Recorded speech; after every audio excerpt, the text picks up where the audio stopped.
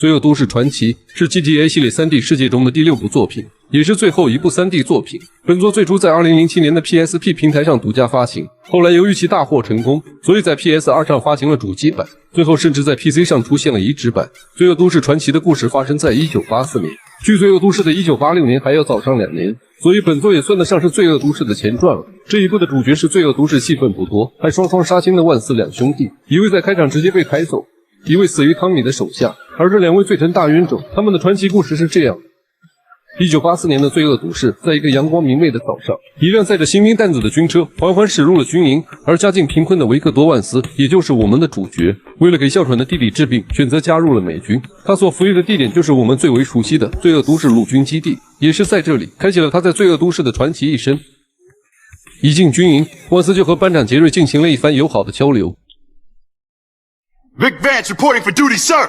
但是这个杰瑞可不是什么善茬，常常利用自己上级的身份对维克多·万斯进行施压，还威胁维克多让他帮忙运输损害神经的草药。在老班长杰瑞的威逼利诱下，维克多无奈只好答应。而在运送货物的途中遭到袭击，他们所在的小型游艇也被击沉，只能选择跳水逃生。这要是罪恶都市主角汤米，这游戏就直接剧终了。货是拿到了，可班长杰瑞却让维克多藏在宿舍里。维克多上门和他理论，却稀里糊涂的又给自己揽了个活。原来杰瑞不仅倒动草药，他还把部队的武器卖给黑帮从事军火生意。在和黑帮交易军火时，维克多结识了菲尔这个枪贩子，并从他的手中顺利的拿到了倒卖军火的钱。杰瑞这个死上校不仅贪财还好色，维克多刚回到军营，就让我们去接他的小姐姐来军营快活。结果刚进军营，上级就发现我们私藏在宿舍的草药还带小姐姐，维克多也只能替杰瑞背锅，被赶出了军营。而维克多被赶出军营之后无处可去，便联系上了军火贩子菲尔。菲尔还是很够意思的，不仅给维克多安排了住处，还给维克多介绍了很多小任务，这让维克多十分感激。正当2人的生意弄得颇有成色时，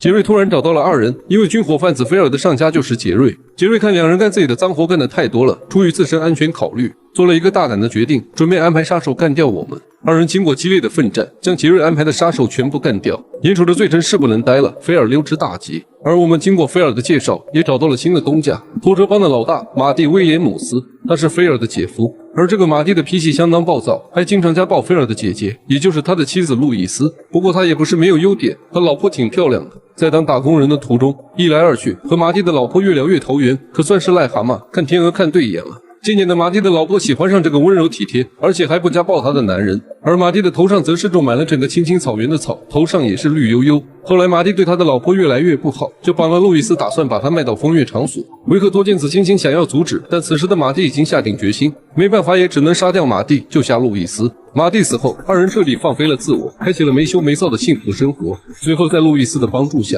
我们接管了马蒂以前的拖车帮产业，并经营得有声有色。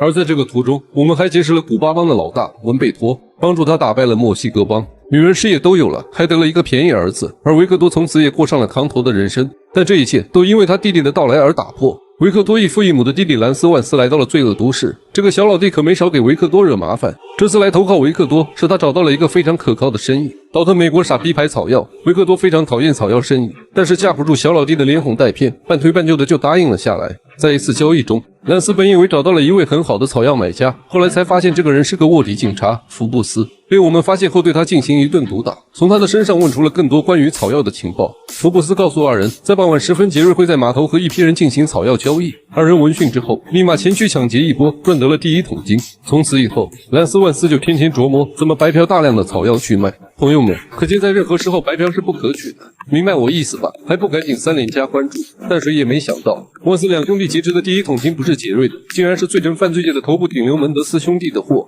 维克多和兰斯也自知这2人不好惹，心想着那就赶紧把这批货还回去吧。可到地方一看，他们的瘾君子母亲早已把货偷走了。眼看着没办法，只好硬着头皮面对门德斯兄弟。情急之下，兰斯这个小老弟编了个杰瑞卧底的理由，又把锅甩给了杰瑞。门德斯兄弟倒是好说话，你说是杰瑞，我们要证据。这好办，他们要证据我们就编证据。先给杰瑞拍了和特工在一起的照片，再用之前的卧底身份嫁祸给杰瑞。这一番离谱的操作，门德斯兄弟竟然信了。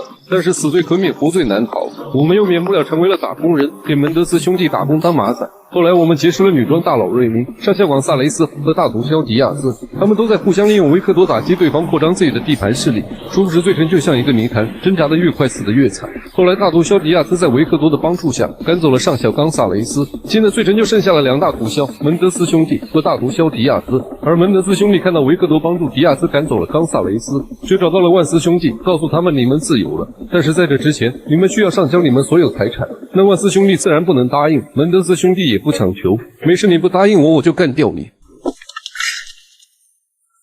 万斯兄弟好不容易逃出升天，二人怎能咽下这口窝囊气？于是万斯兄弟叫上了好兄弟菲尔和古巴邦，一同对门德斯兄弟的地盘发起进攻。却没想到门德斯兄弟玩不起搞偷袭，绑架了路易斯，随后又设计陷阱抓走了兰斯。于是维克多直接急眼，俯身闯入了门德斯的老巢，干掉了门德斯的弟弟。可路易斯在他们的战斗中不幸中枪，随后在维克多的面前饮恨西北。维克多彻底愤怒，在迪亚斯的帮助下知道了门德斯哥哥的位置，就在好兄弟菲尔的帮助下找到了阿帕奇直升机。随之大战一触即发，维克多开着阿帕奇武装直升机一路杀到了门德斯哥哥所在的大楼。而此时上校杰瑞也赶了过来，想要联手门德斯干掉维克多。于是在维克多主角光环的加持下，在天台送走了2人。而在他完成了一切之后，他的弟弟兰斯才开着直升机姗姗来迟。维克多也和兰斯凑够了给弟弟治病的钱，决定从此金盆洗手，离开罪恶都市。不过兰斯最后藏了20公斤的草药，还准备以后东山再起。2年之后，他会跟一位不会游泳的战士做一场生死交易。那个时候的罪恶都市又会迎来一位新的传奇，你知道是哪位吗？